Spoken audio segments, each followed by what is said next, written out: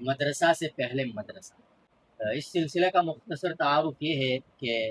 جو حضرات، جو والدین اپنے بچے کو یا بچی کو مدرسے میں رکھنا چاہتے ہیں، یعنی مدرسے میں پڑھنے کے لیے بھیجنا چاہتے ہیں، تو اس سے پہلے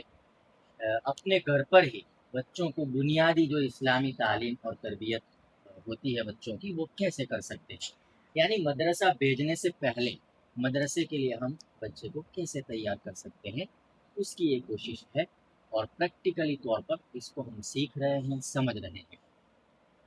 تو 2 مہینے کا خاکہ میں نے اپنی بیٹی کے لیے بنایا ہے کہ 2 مہینے میں روزانہ اس کو 15-20 منٹ پڑھاؤں گا۔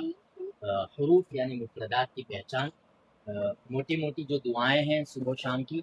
روزمرہ کی وہ، اور قرآن کی جو چھوٹی چھوٹی ہیں وہ، اور اس کے ساتھ ساتھ آداب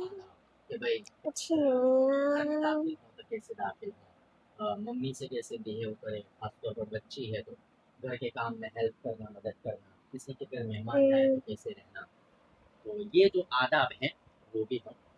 سیکھیں گے اور سکھائیں گے بچے کو انشاءاللہ۔